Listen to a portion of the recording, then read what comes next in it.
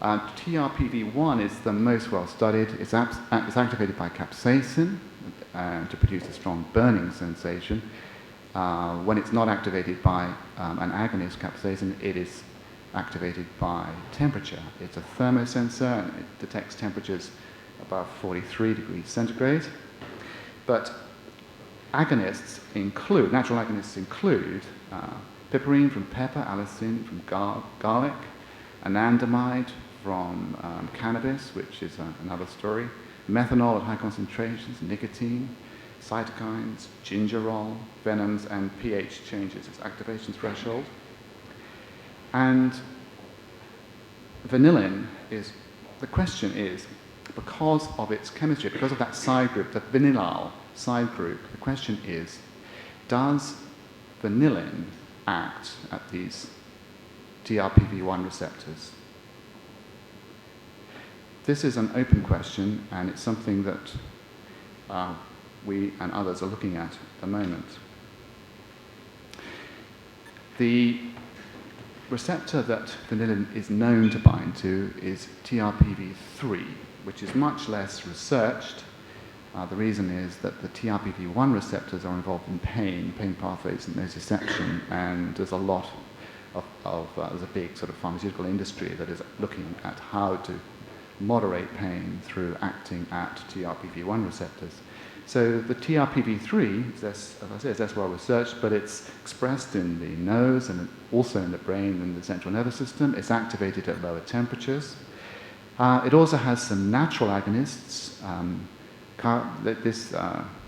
carbochol in oregano, thymol, eugenol, camphor, and vanillin. We know that vanillin activates the primary olfactory areas of the brain, but it also acts at these TRPV3 receptors, and this means it has actions at the central nervous system. These TRPV3 receptors are unique. They have a unique pharmacology, and that is that with most receptors, they desensitize with repetitive stimulation.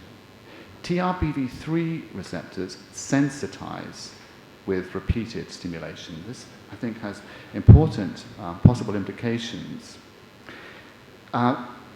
Incensol has been identified as the active ingredient of certain incenses, and there's a group in Israel, Musayev and colleagues, that have identified this. They have purified it, and they have shown that it acts at TRPV3 receptors, and in mice it has anxiolytic and antidepressant effects. So there's some very important implications there for this compound and related compounds in humans. So in order to test the effects of vanillin, we've been using the aromapod, which is a device that we're currently developing in my lab. And I have to be a bit vague about what it is, but it's a way of delivering fragrance or perfumes or smells in a very sort of normal, ecologically valid is the proper phrase. It means that it's how we normally smell. We don't normally smell by having a cannula stuck up our nose and perfumes or odours pumped up. We normally smell just by natural breathing, so this is a device that uses natural breathing. And a 10-minute exposure to vanillin. And here what we've done is we've compared two odours, a pleasant and an unpleasant odour. So vanillin is the pleasant odour, and isovaleric acid, sweaty feet, is the unpleasant odour. And we looked at blood pressure following just a 10-minute exposure using the aromapod, and basically the take-home story is that the unpleasant odour raises blood pressure, whereas the pleasant odour decreases blood pressure. We've also looked at the heart rate using this finger sensor, and here we did a slightly different protocol. 3 6-minute exposures to the odorant, to vanillin, using the aromapod over 4 days. So that would be on day 0, that would be a 6-minute exposure, and then on 2 days later, do another 6-minute exposure, and then later, 2 days later again, a third exposure, and we look at the 2 minutes of the heart rate before exposure, and then the last 2 minutes of that 6-minute exposure. And we see quite a nice progressive change. So here, this is heart rate, and here we have control, it's no odor. And this is PEA, phenylethyl alcohol, as a control, pleasant odor, but it doesn't act at TRPV3 receptors.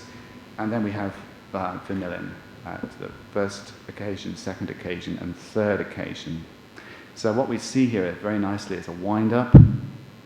On each successive occasion, the receptor is having more activity at the receptor. So it's reducing blood pressure progressively, which ties in quite nicely with the fact that these TRPV3 receptors are sensitized with time. So moving on to linalool, which, as you know, is an active ingredient in lavender.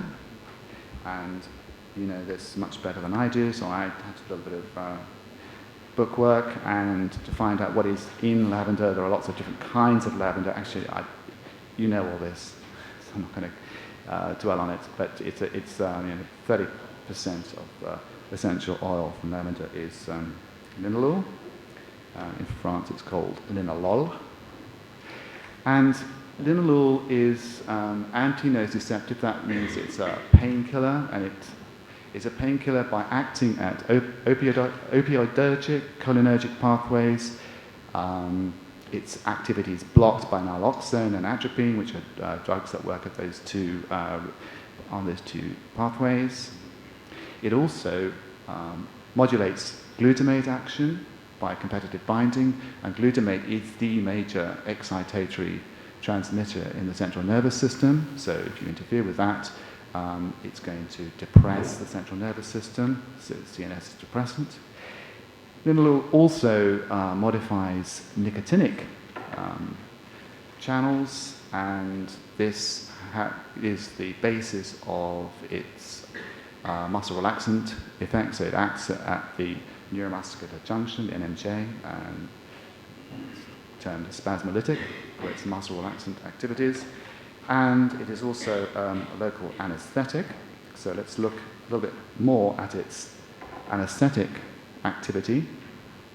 So just to bring you back to reality, this is 30% of the essential oil of lavender. We're not talking pharmacology here. This is just a natural product. So it's anesthetic, and it's been shown to reduce electrically evoked contractions in a muscle preparation. It increases the threshold for stimulation of the conjunctival reflex test, the blink reflex.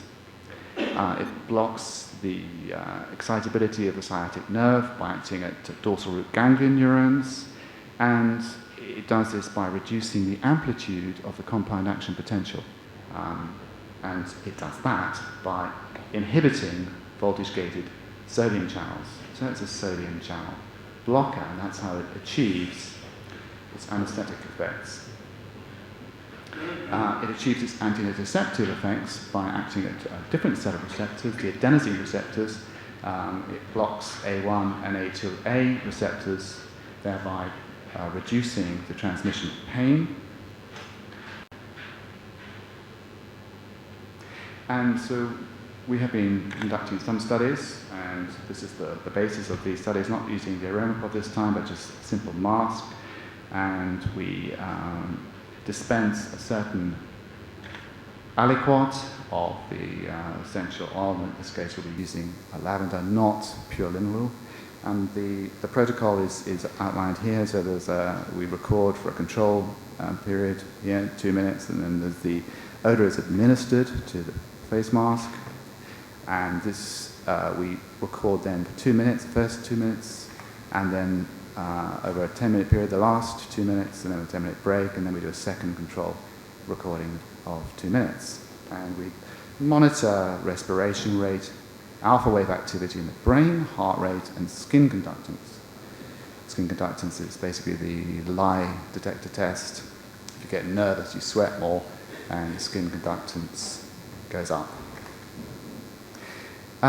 So here are some of the results, and I don't want to go into the details here, what I want to point out are there are some differences here in EEG and here in heart rate, but the differences in the different parameters occur over a different time scale and go in different directions. Here the skin conductance is going down.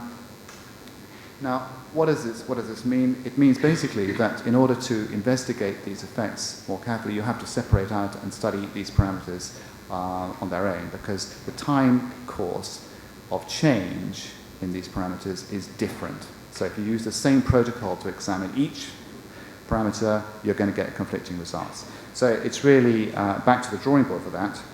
Although we do get effects, we're having to isolate them, which means that experiments take much, much longer. So where are these receptors? Of course, we know that there are NMDA, that's where glutamate binds, there are adenosine receptors, cholinergic receptors, and opioid receptors in the brain. But are there TRPV1 and 3 receptors in the brain? Yes, the TRPV1 receptors are in pain pathways. I won't go into the various places they have been found.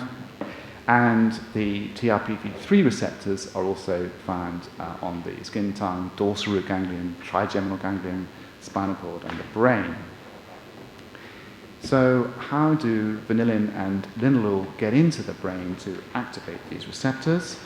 Well, they enter via the CSF via the intranasal route. And I once had a grant rejected because the referees said, it's no good applying odours to the nose and expecting them to act on the brain. How are they going to get there? So I then had to do some research to prove that this referee didn't know what he was talking about. And here, so there are quite a lot of references here that show that compounds can very quickly cross the nasal mucosa by retrograde transport. They move into the CSF. And there's one example that all of you may know about. Sumatriptan is a drug that's used to treat migraine, and it's a nasal spray. So looking into the brain, we can really, I think, I have to remind myself that we can no longer look at the general effects of essential oils. We need to look at the single ingredients. And an interesting development is occurring in magnetic resonance spectroscopy. This is being used to measure, for example, N-acetyl aspartate, choline, glycine, glutathione, and alcohol in the brain, but at fairly high concentrations at the moment. And you can look into the brain and look at levels of these compounds here in 2 different brains. The red is the control, and the black lines are after treatment with alcohol, and you can see there are peaks here which represent ethanol. So scan across the brain there, or you can do it as a function of time. So this is an infusion of alcohol here, and you can monitor a certain region in the brain and follow how the alcohol gets into the brain and is then washed away. So this is an interesting thing for the future. At the moment it's rather insensitive. We need to get down to orders of magnitude below 1 to 10 millimolar, but in the end we will be able to follow these compounds, these are odors, as they cross into the brain. And there is an increasing, as I hope I've illustrated, there's an increasing amount of information about the key active ingredients in essential oils. And work is being done to determine their mode of action. And many of these actions, as I've just showed you, are very specific. And of course there are huge potential benefits from these very specific activities. And these are both therapeutic, recreational, and medical. But are these going to become drugs? And should the pharmaceutical and medical aspects of these compounds worry you guys? Fragrance industry. I know that's something that many fragrance companies steer well clear of because of the regulations concerning drugs. But